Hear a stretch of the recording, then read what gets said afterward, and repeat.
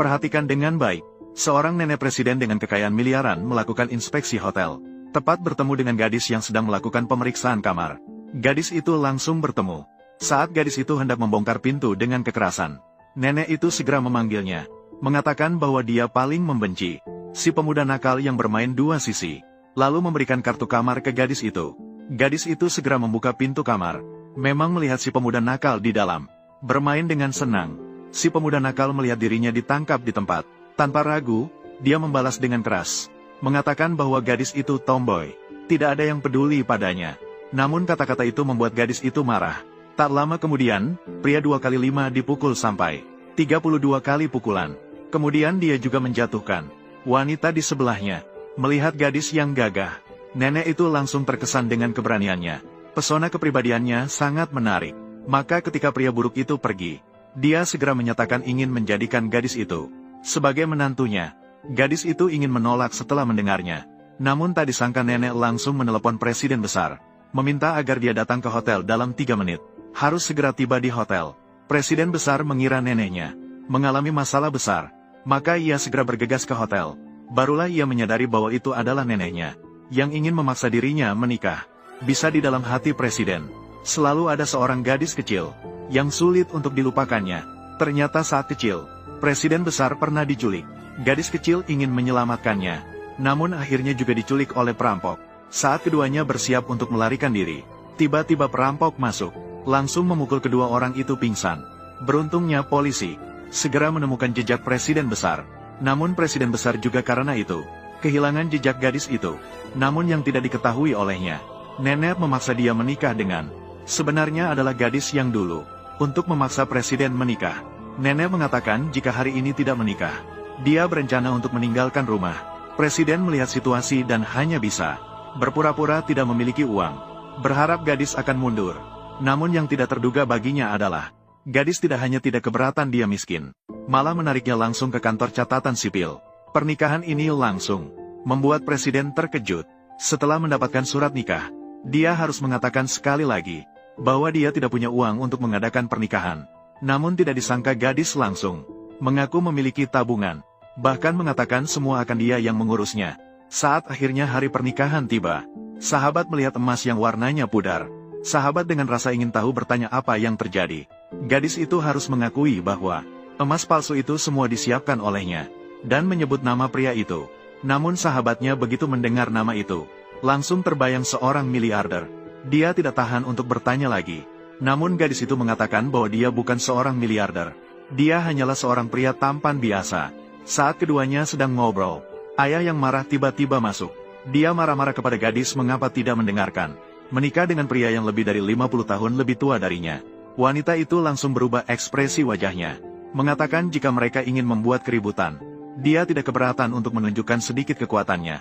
Karena keterampilan bela diri gadis itu luar biasa, ayahnya akhirnya pura-pura takut. Namun karena tidak bisa menelan kekalahan, dia memutuskan untuk memanggil preman untuk mengacaukan pesta pernikahan. Dan sisi lainnya, nenek miliarder sedang menyiapkan emas batangan dan sertifikat properti. Namun miliarder ingin menguji apakah gadis itu benar-benar rela. Maka harus menyembunyikan semua itu terlebih dahulu. Dia bilang asalkan gadis itu jujur dan bersama dirinya, maka dia pasti akan memperlakukan gadis itu dengan baik. Pesta pernikahan segera dimulai. Tapi saat kedua mempergunakan cincin, sebuah kelompok preman tiba-tiba masuk. Rokoknya mana? Minumannya mana? Tidak ada maotai. Benar-benar memalukan. Pernikahan ini, calon pengantin, ayo minum bersama. Apakah tidak ada etika dan tata krama lagi? Siapa orang di meja ini? Benar-benar tidak beradab, tidak kenal. Mereka sepertinya dari pihak pria. Orang-orang di sana, apakah mereka kerabat keluarga Singruo? Pasti, kita keluarga terhormat. Tidak mungkin ada kerabat seperti itu. Yang datang semuanya tamu. Sambutlah mereka dengan baik. Pengantin pria ini terlihat sangat berbakat. Keluarganya pasti kaya. Berapa mahar yang diminta oleh pengantin wanita? Apakah itu mas kawin dari pengantin pria di meja itu? Teman-teman, lihatlah. Inilah emas yang dibeli oleh pengantin pria. Warna itu seperti mainan anak-anak. Semua 3 emas ini palsu. Kau bisa menikah tanpa mas kawin. Lebih baik kau menikah dengan anak bodoh di rumahku. Ada harga pengantin. Keluarga Song kita menyiapkan 10 miliar. Nenek. Dia menggunakan emas palsu untuk menggantikan mas kawin. Jelas sekali dia orang yang suka pamer. Kita tidak bisa memberikan mas kawin ini. Jadi, apa yang ingin kau lakukan? Setelah malam ini, kita akan berpisah. Xingwan, suamimu bahkan tidak tahu di mana. Melindungi istrinya di depan keluarga. Dia bukanlah pria baik. Bagaimanapun juga, itu demi menikah hanya untuk memenuhi orang tuaku. Mari kita selesaikan proses hari ini. Kita akan berpisah segera setelah kembali. Di mana 0,5 miliar itu? Keluarkan dan lihatlah. Nenekku sudah tua. Dia suka berbohong. Semua itu hanya sampah. Semua tamu di sini barusan kami tidak ramah. Mari kita minum dulu. Di mana pengiring pengantin wanita? Jangan sembunyi di belakang. Mari minum bersama. Temanku tidak bisa minum alkohol. Kalau tidak bisa minum, dia jadi apa sebagai pengiring pengantin? Ini bukan untuk pernikahan. Apakah ini menambah kesialan? Dia tidak bisa minum alkohol. Apakah dia akan melayani pria? Benar, pengiring pengantin ini bukan untuk bersenang-senang bersama kita. Kau mau apa? Ini tradisi memilih pengiring pengantin. Ini adalah tradisi. Ini adalah tradisi.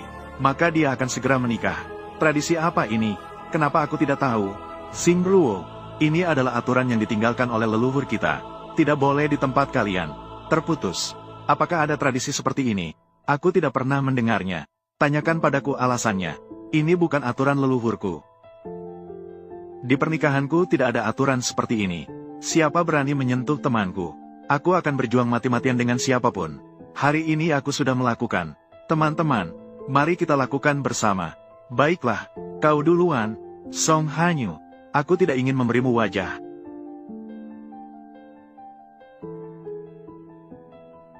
Kau berani memukulku. Kau adalah tipe orang seperti ini yang aku pukul. Tidak menghormati wanita. Mengadakan pesta pernikahan di depan umum. Melanggar tata tertib dan norma sosial. Mengguncang orang dengan telepon. Bunuh perempuan busuk ini.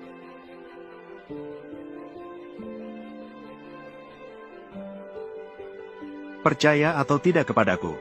Apakah kau benar-benar tidak peduli melakukan hal ini?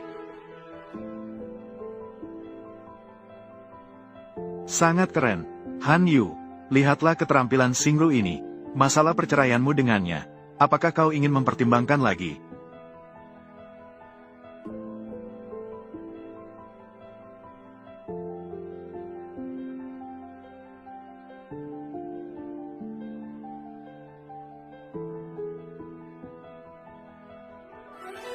Mengguncang orang dengan menelepon.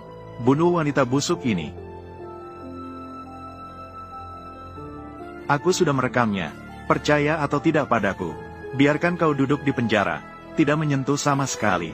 Semua dipukul. Jika harus masuk, itu juga karena dia. Xingru, apakah kau baik-baik saja? Xingru adalah pahlawan. Jika video itu diunggah ke internet, kalian para pelaku kekerasan akan dimaki habis. Keluarga kalian semua tidak akan mendapatkan menantu. Bukankah mereka keluarga kalian? Apakah kau benar-benar tidak peduli dengan apa yang kau lakukan? Siapa punya kerabat yang begitu tidak bermoral? Bukankah mereka keluarga kalian? Aku tidak mengenal mereka sama sekali. Kak, aku memiliki 3 anak, dan mereka semua belum menikah. Ambil ponselnya dari dia dan berikan ke aku. Lihat bagaimana dia mengunggahnya ke internet. Presiden.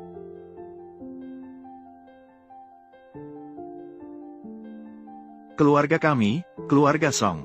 Kau lihat begitu banyak emas masih terbungkus di sini. Ini, pasangan muda yang miskin. Bagaimana mungkin ada barang-barang ini? Pasti semuanya palsu. Semua ini adalah mas kawin untuk Xingru. Keluarga tua kami, belum sampai pada tingkat menggunakan barang palsu untuk tampak baik. Bahkan sudah mencari aktor. Setidaknya 50.000 untuk hari ini. Bahkan menggunakan emas palsu untuk pernikahan. Bahkan pengawal ini sudah mencari orang untuk berperan sebagai aktor. Pengawal-pengawal ini baru saja pensiun. Panggil mereka.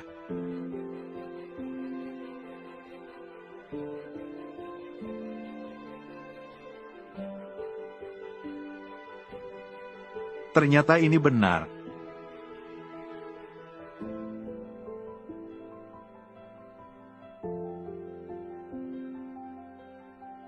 Pria pengantin ini memiliki latar belakang yang tidak kecil. Ternyata memiliki begitu banyak pengawal dan harta. Apa yang harus kita lakukan? Kita menendang besi. Kita lebih baik lari cepat. Lari, Presiden. Bagaimana kita harus menangani kelompok orang ini? Biarkan pengawal berlatih. Lalu serahkan kepada polisi untuk penanganan. Tangkap mereka. Song Hanyu, siapa sebenarnya kau? Kau harus bicara jujur. Ruoxing, sebenarnya sama seperti kau. Kita semua pekerja. Mereka bilang emas ini asli. Semuanya palsu. Oh ini itu. Aku grosir di pasar barang kecil Yiwu. Aku untuk kesan yang nyata. Bahkan dicat lagi semalam. Oh ya, dicat lagi. Kualitas dan beratnya juga tidak seperti palsu. Tentang sertifikat properti ini. Lihat sertifikat properti. Hei, aku membelinya dari toko 2 yuan. Presiden bilang, beli 1 dus diskon 9. Jika kau suka, masih ada di rumah. Lalu pengawalnya, mereka memanggilmu presiden. Ya, lihat yang memimpin. Itu teman baikku. Keluarganya sangat kaya. Pengawal dia yang menyewa. Kau benar-benar lengkap dalam berakting. Tentu saja harus lengkap. Berakting harus profesional. Tidak boleh membuat keluarga malu. Benar kan? Pesta pernikahan ini sudah kacau. Tidak bisa dilanjutkan. Tunggu sebentar. Aku pergi ganti baju. Lalu kau ikut aku pulang. Baiklah. Tunggu sebentar. Dia tinggal di rumah yang kau sewa. Dia hanya memiliki tabungan 1000 yuan.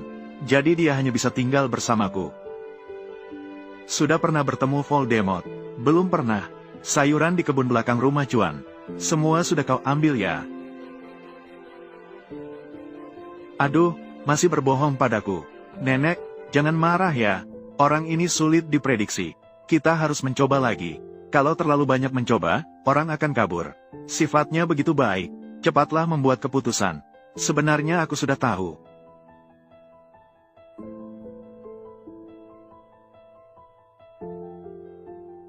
Kau sudah mendapatkan banyak penghargaan. Ya, ini agak kacau. Nanti aku antar ke dalam rumah. Juara tinju kota Longchuan. Kau cukup pandai bertinju. Kalau kau ingin belajar, aku bisa mengajarmu. Dalam hubungan suami istri, aku bisa memberikan diskon 50%. Aku sudah mendapatkan sabuk hitam tingkat 9 saat usia 18 tahun. Masih perlu belajar. Karena kita sudah suami istri, mengapa masih harus membayar? Saudara kandung pun harus jelas-jelas menghitung.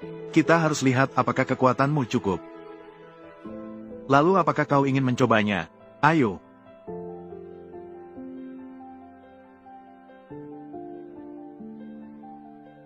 Ini yang ingin kau coba. Aku tidak bermaksud mencoba ini. Apa kau berandal? Tidak. Ini adalah ciuman pertamaku. Kau yang berandal. Tak terduga. Ini pertama kalinya baginya. Kau, tenang saja. Aku akan bertanggung jawab untukmu.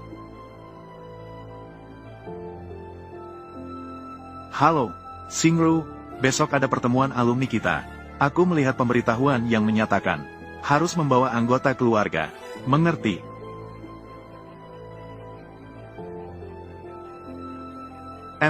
Aku akan berada di Longchuan Hotel besok. Ada reuni kampus. Bisakah kau ikut bersamaku?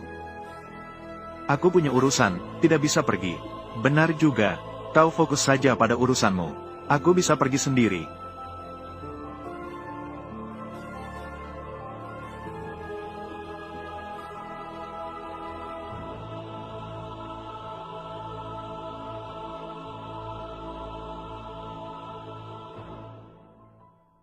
Presiden, sekarang jam 3 pagi.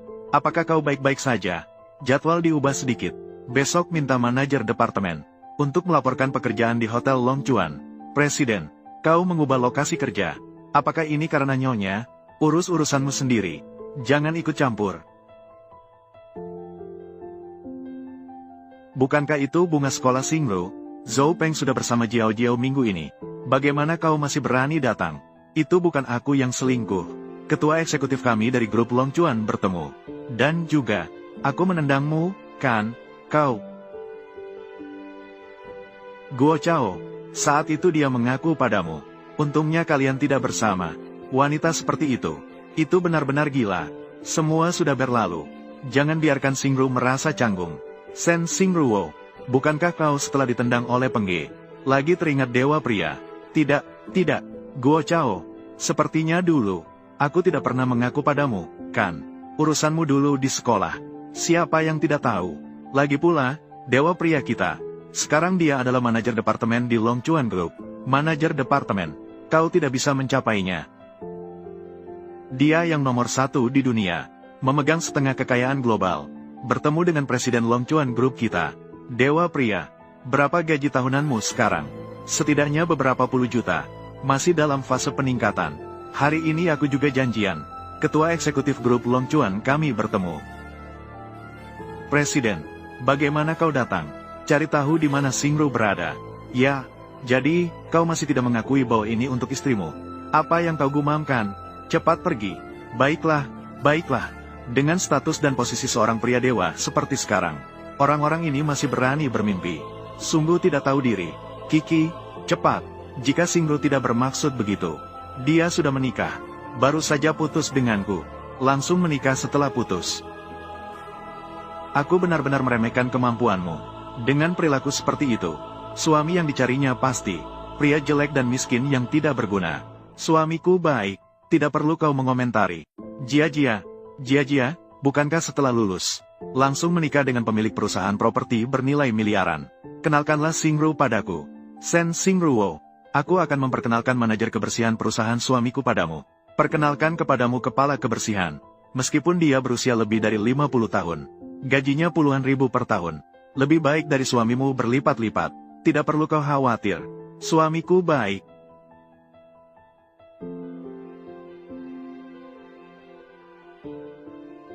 Baik, Asisten Li. Ada apa? Presiden memanggil aku untuk melaporkan pekerjaan di ruang V8. Siapa tahu setelah laporan ini, aku naik jabatan lagi. Ya, benar, pria idaman. Bisakah kau membawa kami juga untuk melihat-lihat? Kami belum pernah melihatnya. Seperti apa penampilan seorang miliarder tingkat dunia? Ya, pria idaman. Kau bawa kami bersama. Nanti, kalian tetap diam. Ingat, jangan bicara sembarangan. Kalian pergi saja. Aku tidak akan pergi. Tidak ikut kalian berisik. Sensing, kau bertemu dengan orang kaya. Pasti kaki kau gemetar. Lahir dari keluarga miskin. Sujia, kau bicara apa? Ayo pergi. Kami tidak takut.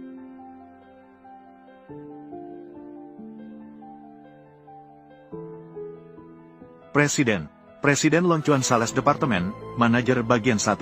Ren Guo Chao melaporkan kepadamu. Pantas menjadi presiden grup Longchuan.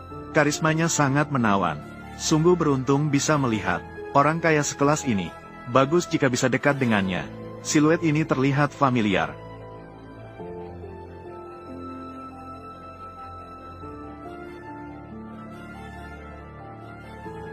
Suamiku, kau kenapa di sini? Suami,